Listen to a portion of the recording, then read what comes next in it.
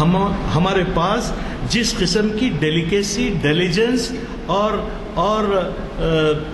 مہارت سیکھنے کے معاملے میں ہونی چاہیے وہ ہمارے ہاں ہے. اس کا ڈائریکٹ امپیکٹ اپنی نسلوں پہ ہوتا ہے کہ اگر ہمارے بچے سیکھ نہیں رہے تو کیوں؟ We do not have a learning agility. ہم میدان عمل میں کامیاب ہونے کے جو تقاضے ہیں ان سے واقف نہیں ہیں اور ہم گفتگو کیے جا رہے ہیں برسوں اور آگے یہ چلتے بھی رہے گی. خیر،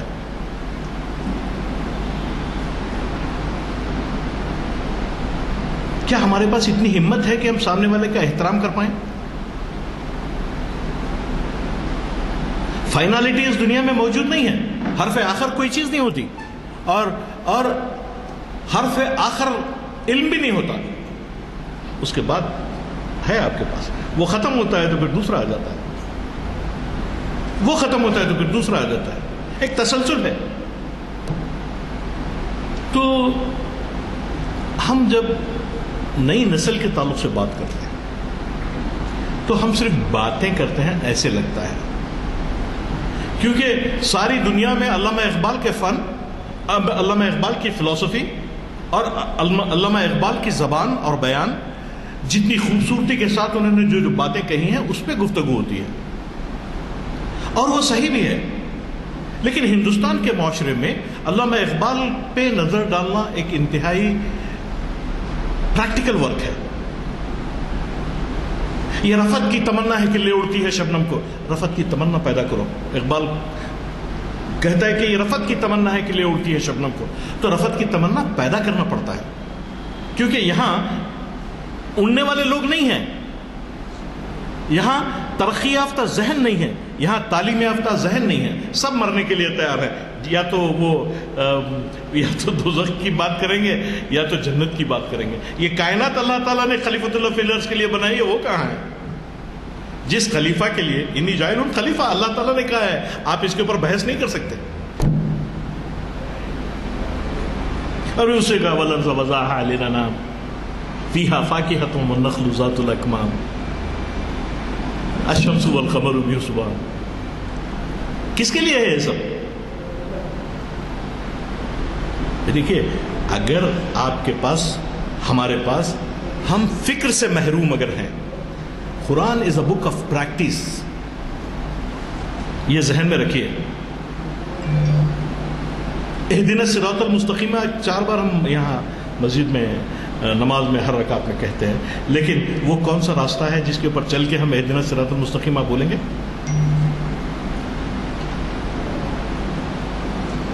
اقبال کی زندگی پہ جن عناصر نے اثر ڈالا ہے وہ ہے کلام مجید جس کی بات ہو رہی تھی، وہ ہے ایمان و یقین جو پوری فکر اقبال میں نمایاں ہے، حضور نبی کریم صلی اللہ علیہ وسلم سے والہانہ محبت جو حضور دہر میں آسودگی نہیں ملتی، تلاش جس کی ہے وہ زندگی نہیں ملتی، مگر نظر کو ایک آپ گینا لایا ہوں. ہے آپ کے ہمارے پاس آپ گینا؟ وہ تو اقبال کے پاس تھا. اور جو باتیں اقبال نے 100 ایئرس پہلے کہیں ہیں ان کا ہمارے اوپر کیا امپیکٹ ہے؟ تو عرفان نفس وہ خودی جس نے اقبال کو بامقصد رکھا، اقبال کو اپنے راستے پر مضبوط رکھا، کیونکہ اقبال کا اپنا عرفان نفس اور طاقتور خودی یہ اقبال کو سیکھنے، سمجھنے اور اپنے راستے پر مضبوطی سے قائم رہنے کے لیے آمادہ کی.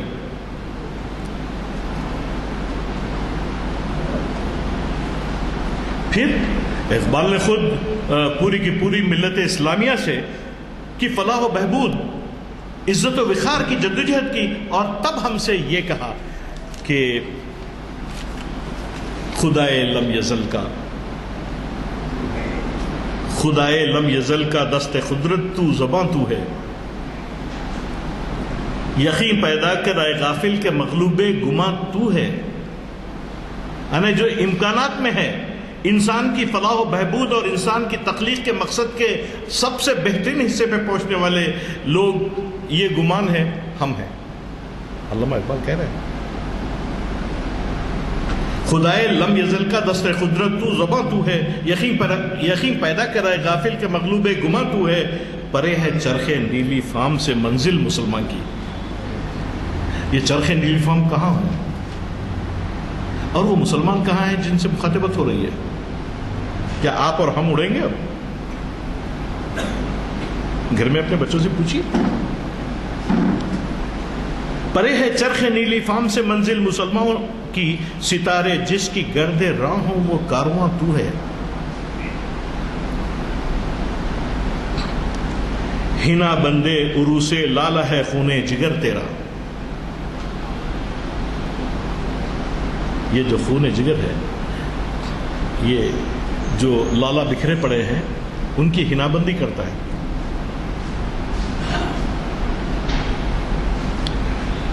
تیری نیت براہیمی معمار جہاں تو ہے، تیری نسبت براہیمی معمار جہاں تو ہے. اور ظاہر ہے کہ ابراہیم علیہ السلام نے جو کنسٹرکشن کا کام کیا ہے وہ آج آپ کے سامنے ہے. وہ کنسٹرکشن روحانی بھی ہے، عمارت بھی ہے، اور وہ کنسٹرکشن ایک ایوولوشنری فلسفی بھی ہے، جہاں ابلیس کے ساتھ بھی ہر بار ایک جھٹکا دیا جاتا ہے ابلیس کو. تیری فطرت امی ہے ممکنات زندگانی کی، a young man, O my dear friend. زندگی کے امکانات کی امین ہے تیری فطرت.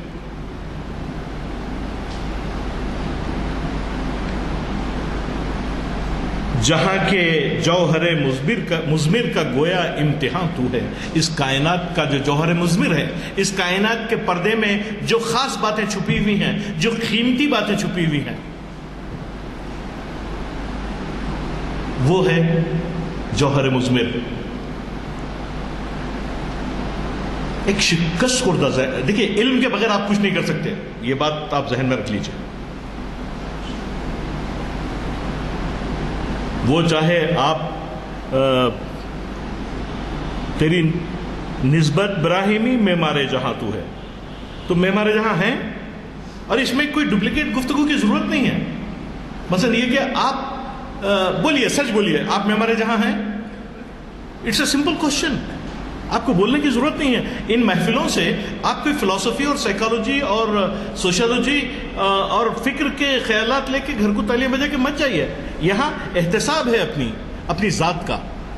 ہم اپنے آپ کو سمجھنے کی کوشش کر رہے ہیں کہ اگر ہم ناکام ہیں تو کیوں ہیں، اور کامیابی کے امکانات کدھر ہیں. تیری فطرت امی ہے ممکنات زندگانی کی. پہلے تو پتہ چلے ممکنات کیا ہیں زندگی میں، زندگی کے ایک میدان میں. What are the possibilities lying for us? We don't نو.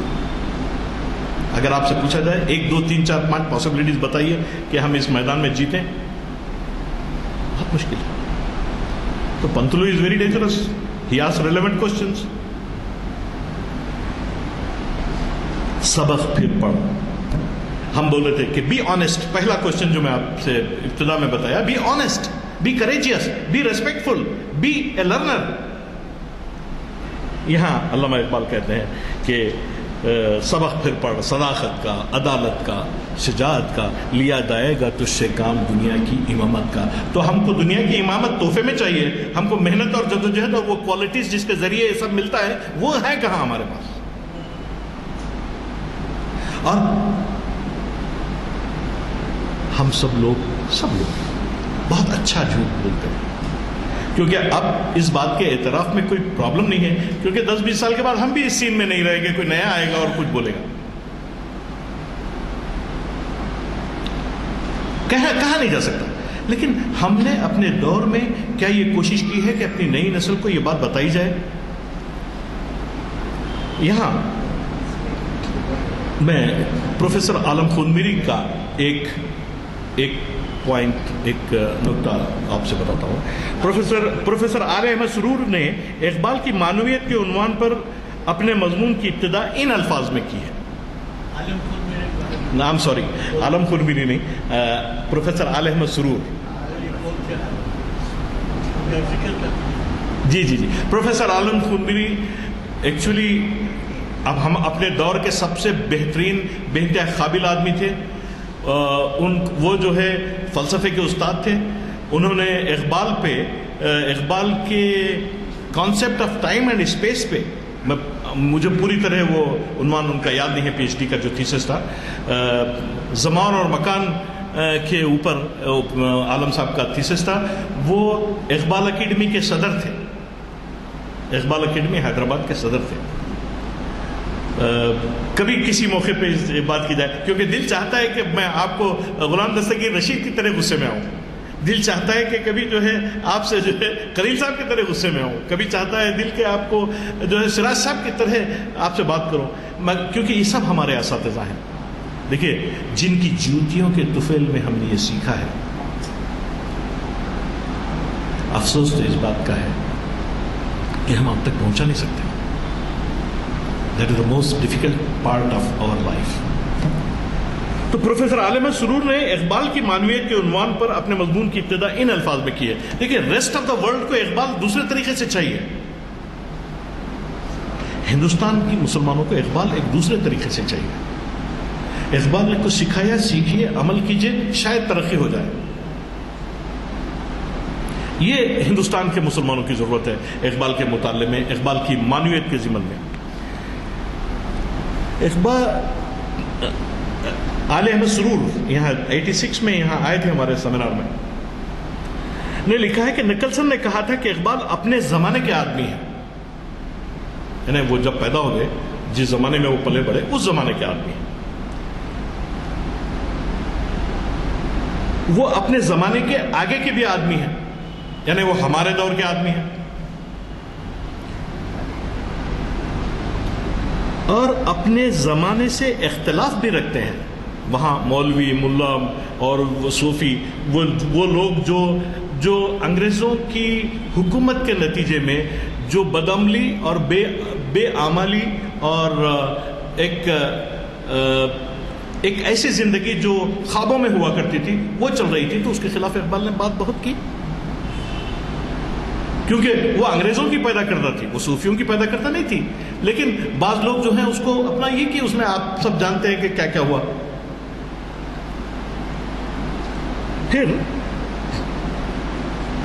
جب اقبال اپنے دور کے سے اختلاف رکھتے ہیں تو یہی اقبال کی معنویت کا ایک اہم نقطہ ہے کہ he is not ready to accept status quo, a situation as is, he is not ready to accept.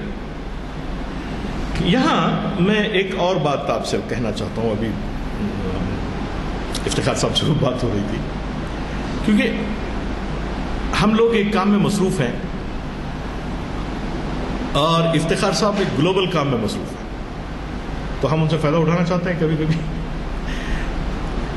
عمرانیات، sociology ایک ایسا علم ہے جو مختلف تجرباتی، تفتیشی، امپیریکل ریسرچ طریقوں اور تنقیدی جائزوں کے ذریعے سماج کی تبدیلی کے بارے میں ایک علمی ڈھانچہ تیار کرتا ہے. عمرانیات، جس کو سوشیالوجی کہتے ہیں. تو ہم لوگ سوشیالوجی اور اپلائیڈ سوشیالوجی کے اسٹوڈنٹ تھے معاشیات کے ساتھ.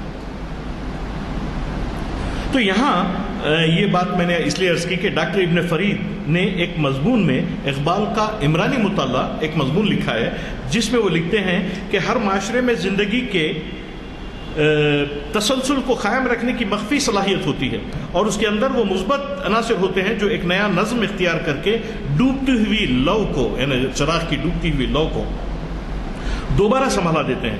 اس نقطے کو اقبال نے اسٹرے ریفلیکشن، وہ شزدرہ جس کو کہتے ہیں، یا وہ جو ایک سائیڈ میں اقبال جو نوٹس لکھا کرتے تھے چیدہ چیدہ، اس میں انہوں نے یہ لکھا ہے کہ قومیں ایسی ہی چھوڑ دی نہیں جاتی ہیں اللہ تعالیٰ کی طرف سے. کوئی نہ کوئی آتا ہے جو اس سبجیکٹ کو لے گا. تو مگر اب یہاں ہم لوگ کی آرزو ہے کہ وہ آئے، ہم لوگوں میں سے ہوگا نا بھائی وہ. تو اس کے لیے جس مطالعے کی منزل سے گزرنا پڑتا ہے، اور جس مطالعے سے کی منزل سے گزر کے شعور اور عقل کے ذریعے وہ حکمت حاصل کرنا پڑتا ہے جس کو اللہ تعالیٰ اولو الالباب کی حکمت کہتا ہے، اس کی تلاش و جستجو۔ اسی لیے عالم نو اس تسلسل کو قائم کرنے کے لیے کوئی آئے گا، اسی لیے اقبال عالم نو کی بات کرتے ہیں، اور عالم نو ہے ابھی پردہ تقدیر میں۔ ان کے خواب بھی دیکھیے آپ، مولوی صاحب کے خواب علامہ اقبال کے، عالم نو ہے ابھی پردہ تقدیر میں، میری نگاہوں میں ہے اس کی سحر بے حجاب، میں اس کو دیکھ رہا ہوں۔ علامہ کی تمام فکر و فلسفہ اور شاعری میں اسی عالم نو کے حصول کے طریقوں پر بات کی گئی ہے۔ Are we ready for that? It's a question.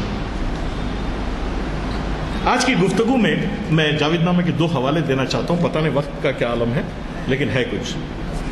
Javed نامہ اقبال کی وہ کتاب ہے جس میں اقبال نے اتنا ورک کیا کہ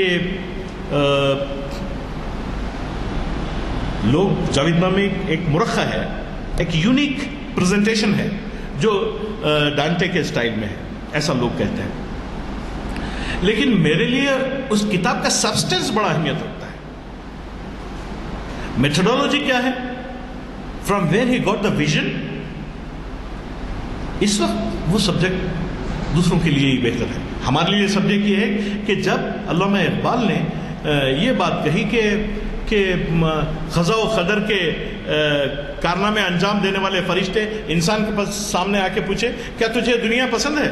انسان نے کہا نہیں ہے، تو انہوں نے کہا کہ بھئی پھر تو توڑ پھوڑ کے اپنے پسند کی دنیا بنا لے۔ تو کہاں ہے اپنی پسند کی دنیا بنانے والے؟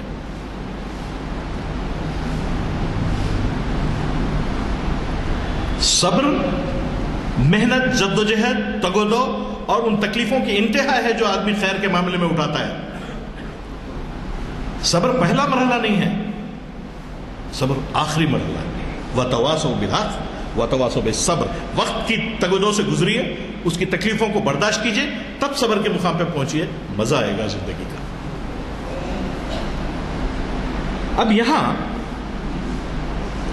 علامہ اقبال نے حکمت کو خیر کثیر کہا ہے، اور خیر حکمت کے اوپر انہوں نے بات لکھی ہے، تو حکمت کا تعلق علم سے ہے، اور قرآن میں رب زدنی علما، علامہ بالقلم، طلب العلم فریضۃ علی کل مسلم و مسلمۃ، تقریروں کے لیے بہت اچھا ہے، لیکن ہندوستان کے مسلمان اور ہم اس پہ عمل پیرا نہیں ہیں، عمل نہیں کر سکے۔ ہمارے پاس جاہلوں کی شاید ایک بہت بڑی فوج ہے اس وقت۔ فیصلے کے درمیان صاحب رائے لوگوں کی، علم والے لوگوں کی، قابل لوگوں کی ضرورت پڑتی ہے جو قوموں کی زندگی کو آگے بڑھاتے ہیں۔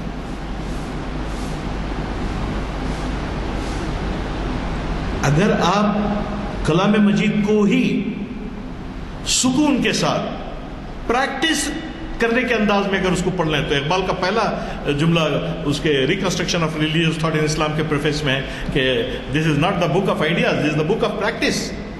اب تک ہم کہیں کوئی پریکٹس کرے، آپ قسم کھا کے بول سکتے ہیں nobody practices۔ ارے سچ بولیے نا صاحب، ارے محنت کریے نا صاحب، لیس للانسان الا ما سعى، کہ انسان کے لیے وہی کچھ ہے جس کے لیے وہ محنت کرتا ہے۔ تو کون سے اساتذہ ہوں گے، کس کے پاس جائے یہ بات پڑھنے کے لیے؟ اگر ہم کو معلوم ہے تو یہ کوئی مسئلہ نہیں ہے۔ قرآن پہ عمل کریے نا صاحب، کوئی آپ سے یہ نہیں کہہ رہا ہے کہ آپ قرآن مت پڑھیے، آپ سے کوئی نہیں بول رہا کہ آپ کا مسلک کیا ہے، آپ کدھر سے آئے ہیں، کہاں جانا والے ہیں، اس پہ گفتگو نہیں ہو رہی ہے، آپ سے صرف یہ بات ہو رہی ہے قرآن پہ عمل کریے صاحب۔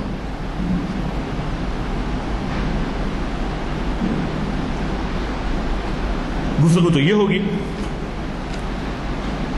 تو میں آپ سے بتا رہا ہوں کہ حکمت خیر کثیر ہے، اور اس کا طریقہ کیا ہے؟ علم ہے۔ ابھی جو آیت پڑھی گئی اس میں تو یہ ہے کہ اولو الالباب کی ضرورت ہے جو حکمت کی بات کو سمجھ سکیں، وہی ایگزیکیوٹ اور امپلیمنٹ کر سکتے ہیں۔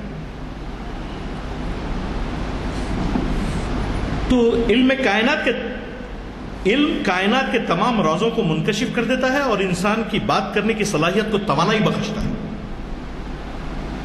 علم، آپ بولیے، بات میں کنوکشن ہو،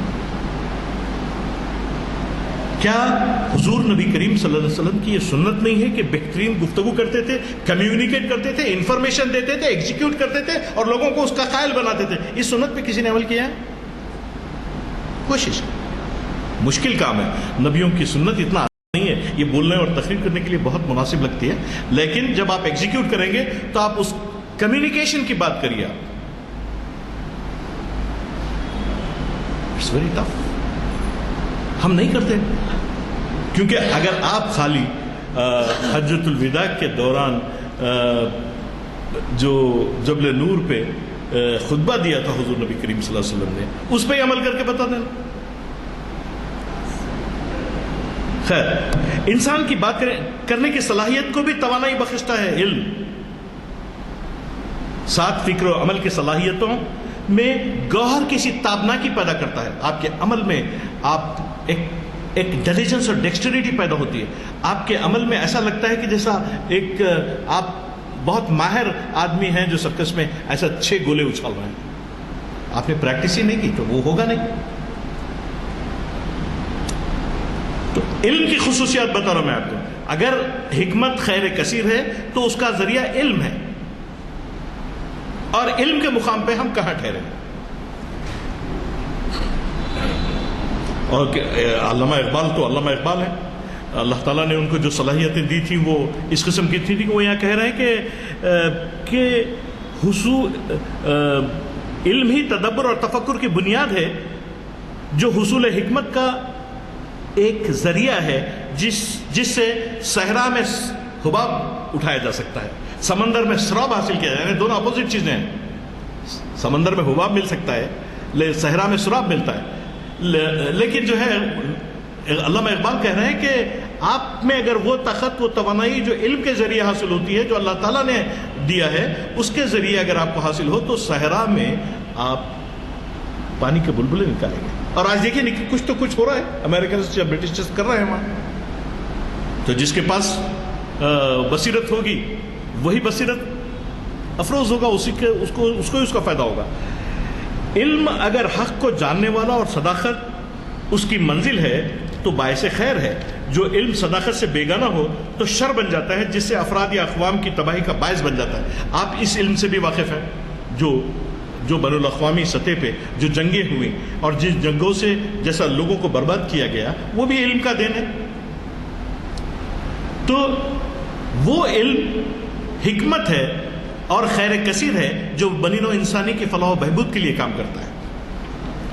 علم انسان کو اللہ تعالیٰ سے قریب کرتا ہے، لاہوتی بناتا ہے. دیکھیے، فرد لاہوت سے بنتا ہے، اللہ تعالیٰ کی قربت سے بنتا ہے. قومیں جبروت کی وجہ سے بنتی ہیں، ان کے پاس طاقت اور توانائی ہوتی ہے. ہم کہاں ہیں اس مقام پہ؟ کیا منزل لاہوت پہ ہیں یا منزل جبروت میں ہیں؟ سوال. مریخ کا شہر مرغدین. ایک بات تو میں نے خیر کثیر کی کہی کہ وہ کہ علم کا ذریعہ ہے، اور زیادہ میں اس میں بولنا نہیں چاہتا.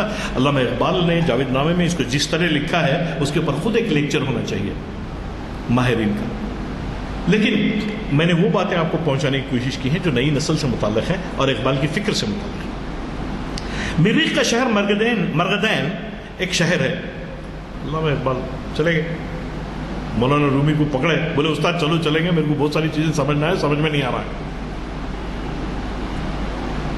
تو سفر کرتے کرتے کرتے مریخ کے ایک شہر مرغدین پہنچے. ایک علمی مرکز، معاشی طور پر خوشحال، سارے لوگ صحت مند، وہ جد و جہد اور علم و فن کے ذریعے اعلیٰ معیار کی معاشی اور سماجی زندگی گزارتے ہیں. آپ کے لیے کہہ رہا ہے وہ ایک خیالی مرغدین سے کہ اگر آپ کو اعلیٰ معیار کی زندگی درکار ہے تو معاشی اور سماجی زندگی گزارنے کے لیے آپ کو ایک صحت مند، سخت ترین محنت اور جدوجہد کی ضرورت ہے، کریٹیوٹی کی ضرورت ہے. اللہ تعالیٰ خالق ہے تو تم بھی خالق ہے، کیونکہ اللہ تعالیٰ نے اپنے نام کے ذریعے کہہ دیا ہے کہ he is also innovator and innovative. ایجادات اور اختراعات اس کا ذریعہ ہیں. یہ کرے گا جو کر رہا ہے وہ بینیفٹ اٹھا رہا ہے.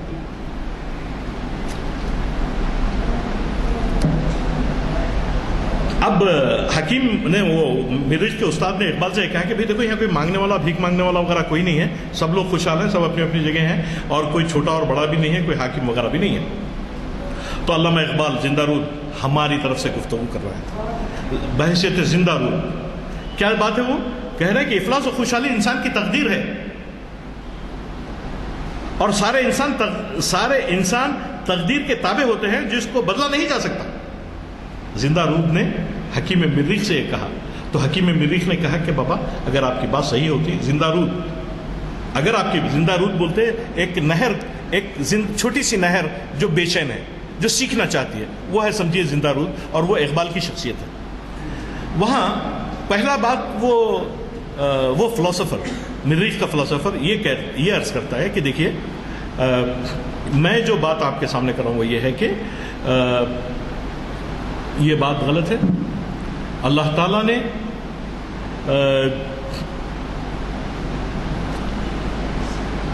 ایسی بے شمار بے تکان تقدیریں بنائی ہیں. اللہ تعالیٰ سارے رب العالمین ہے، اس کے پاس تقدیروں کے بھنڈار ہیں. اگر تمہاری ایک تقدیر تمہارے کام نہیں کر سک رہی ہے تو تم اللہ تعالیٰ کس سے دعا کر کے دوسری تقدیر حاصل کرو، اور اس وقت تک مانگتے رہو جب تک کہ تمہاری تقدیر اس مقام تک نہ بدل جائے جہاں تم اس کی ضرورت محسوس کرتے ہو، جہاں تم اپنے آپ کو کامیاب سمجھتے ہو. اللہ تعالیٰ اس کائنات کا خالق اور لاتعداد تقدیروں کا مالک ہے. اگر کوئی تقدیر ناپسند ہو تو اللہ تعالیٰ سے نئی تقدیر مانگ لو بھائی. اسی لیے حکمت کا حصول ضروری ہے. علم و عمل کے ذریعے خود کو بدلنا پڑے گا، ورنہ خاک ہوگے تو ہوا میں اڑ جاؤ گے، شبنم بنو گے تو ایک لمحے میں اڑ جاؤ گے. کہ وہ کیا ہے، ریزہ الماس بنو گے تو آپ کو کوئی کھا نہیں سکے گا، ورنہ صرف صبر کرنا پڑے گا. ایک ڈاکٹر سید عبداللہ نے لکھا ہے، کہانی لکھی انہوں نے، کہا کہ ایک پرندہ چونچ مار رہا تھا پہاڑ کے اوپر ایک چمکتی ہوئی چیز کو دیکھ کے. وہ سمجھا پانی ہے میں اس کو پی لوں گا، تو بہت دیر جب چونچ مارنے کی اسٹرگل اور جدوجہد کرتا رہا تو اس پرندے نے کہا کہ بھئی یہ کیا چیز ہے کہ یہ تو میرے منہ میں آتا ہی نہیں ہے. تو وہ دراصل ریزہ الماس تھا. اس نے مسکرا کر کہا کہ میں نے تمازت، سختی، دھوپ، بارش، گرمی یہاں برسوں برداشت کی ہے. میں کوئلے سے ریزہ الماس بنا ہوں. اب میرے اندر اتنی توانائی ہے کہ تم مجھے پی نہیں سکتے، تم مجھے ختم نہیں کر سکتے. ڈو وی ہیو دیٹ توانائی؟ After all it's a message کہ ہم لوگ اپنی نسلوں کے تعلق سے معلومات نہیں رکھتے. Please do that. کچھ خیال کیجئے. اللہ تعالیٰ کو ہم سب کو جواب دینا پڑے گا جس میں بھی دم ہے، جو جتنی حد تک کر سکتا ہے. اس لیے کیونکہ ہم کو ریزہ الماس شو، شبنم مشو. اور پھر ایک بات جو میں آخر میں اس بات کو ختم کرتے ہوئے آپ کے سامنے پیش کرنا چاہوں گا، وہ دراصل یہ ہے کہ اللہ کرے کہ میں آپ کو بتا سکوں.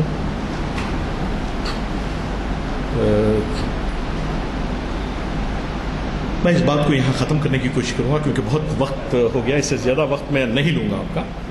ہو بندے آزاد اگر صاحب الہام، ہے اس کی نگاہ فکر و عمل کے لیے مہمیز.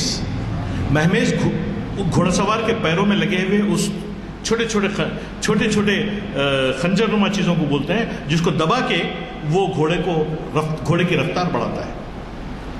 ہو بندے آزاد اگر صاحب الہام، ہے اس کی نگاہ فکر و عمل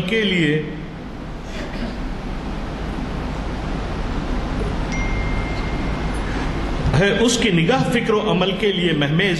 اس کے نفس گرم کی تاثیر ہے ایسی، ہو جاتی ہے خاک چمنستان شرر آمیز. اگر آپ اس خاک کو، یہ چمنستان اگر ہے اور اس خاک کو اگر آپ گرم کرنا چاہتے ہیں تو وہ نفس گرم پیدا کیجیے. شاہین کی ادا ہوتی ہے بلبل میں نمودار، کس درجہ بدل جاتے ہیں مرغان سحر خیز. اس مرد خداگاہ و خدا مست کی صحبت دیتی ہے گداؤں کو شکوہ جم و پرویز. محکوم کے الہام سے اللہ بچائے، غارت گرے اقوام ہے وہ صورت چنگیز. کبھی اپنے قوم کو جیتنے نہیں دے گا. آپ میں سے کوئی اٹھے تو شاید وہ بات ہو جائے. شکریہ.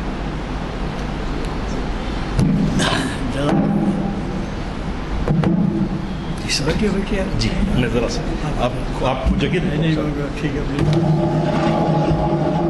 السلام علیکم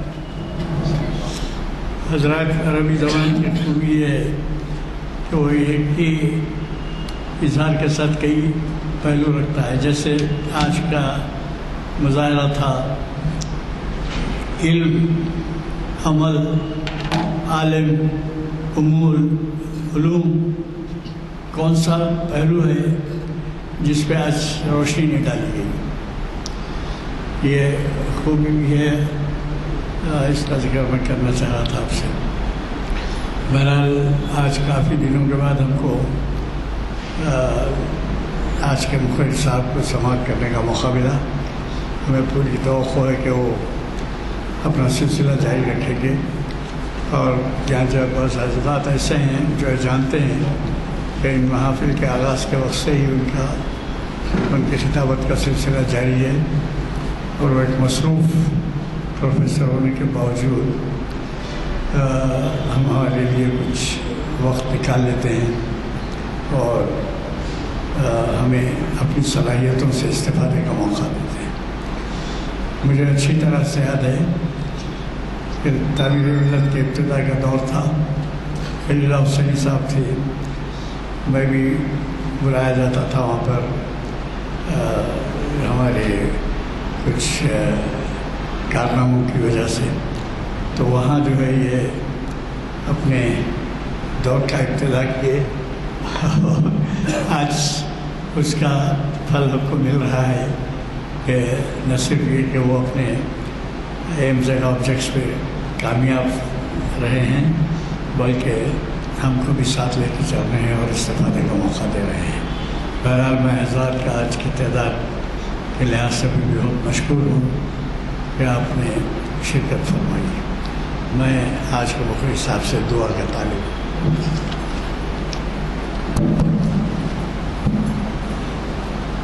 اعوذ باللہ من الشیطان الرجیم. بسم اللہ الرحمن الرحیم. ربنا افرغ علینا صبرا وثبت اقدامنا وانصرنا علی القوم الکافرین. آمین. والحمد للہ رب العالمین.